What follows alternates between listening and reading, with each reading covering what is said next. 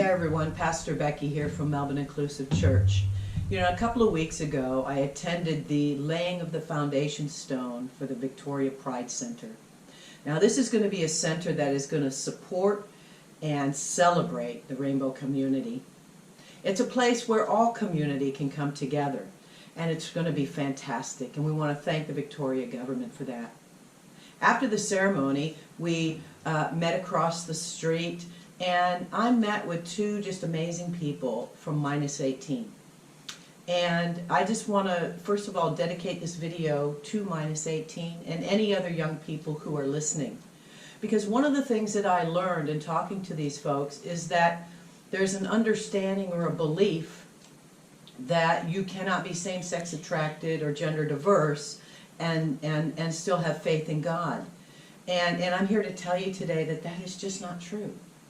And you know, just because the majority of voices are saying that doesn't make it true either. And to illustrate this, I'm going to share a story from the Bible, and I hope you really enjoy this story because I think it's a great story for us. And it demonstrates how the majority are not always right. And it's the story of these two guys, Joshua and Caleb. And they were part of the Hebrew nation, and God had promised them this promised land, right, for all the Hebrew people. And so they go and they get to the edge of where this land is, and they send out 12 spies. And Joshua and Caleb were two of the spies that went out. And they go out and they look at this land, and it's a beautiful land. It's full of milk and honey, and the fruit is gigantic and all of this, right? It's a good land. But the problem is there were also giants in the land. And when all of these spies came back, what happened is 10 of these spies came back and told the people, oh, you know, we were just like grasshoppers. There were these giant enemies in the land, and there's no way we can take this land. And Joshua and Caleb are going, hang on a second. You know, God said he was going to give us this land. And the land really represents the promises of God in our life, our relationship with God. And these two guys really believed God, but there were 10 who said, no, you know what? We need to go back. And where would they go back to? They had come from Egypt. This was a place that represents slavery, captivity. They were captives in Egypt. They had no rights. They were under the rule of the Egyptians. There was no freedom there for them. The promised land was meant to be that for them. This was where God was going to bless them.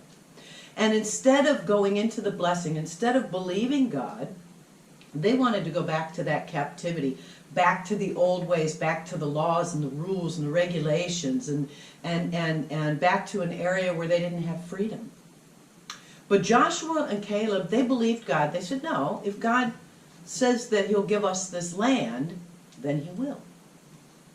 Now it's interesting because a lot of people think that Joshua and Caleb were the prideful ones, were the ones that were being rebellious, but actually believing that God could help them do that was being obedient to God. The other 10 were prideful because they felt like they could do it in their own strength, you see.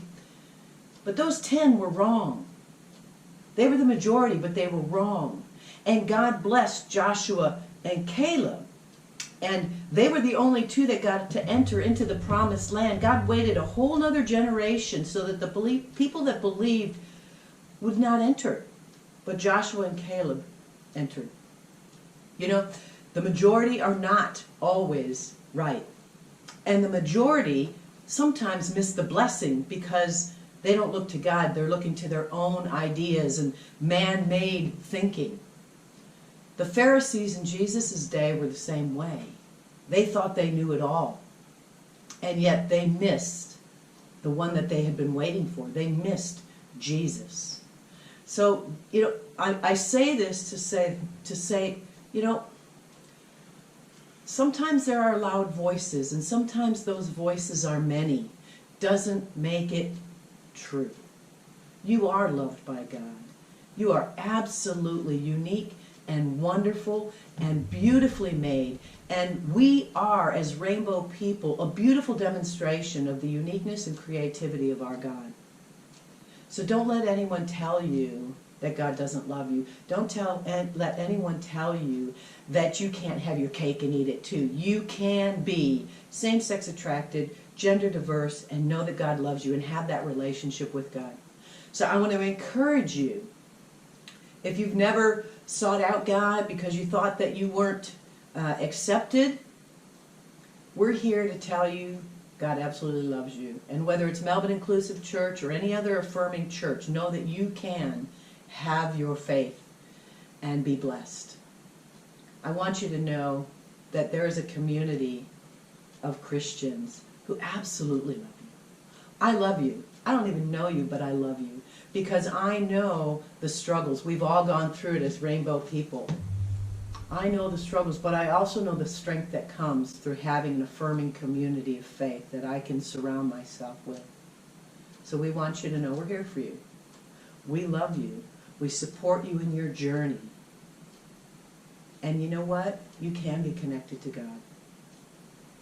So if you're interested in any of that, you can meet us at www.mychurch.org.au, and we'll help you get connected into a safe space to connect with God, because God absolutely, absolutely adores you. You know what? Take good care of yourselves. Take care of one another, and know that you have a community that supports you and backs you, and we're here anytime you need us. God bless and take care. Love you guys.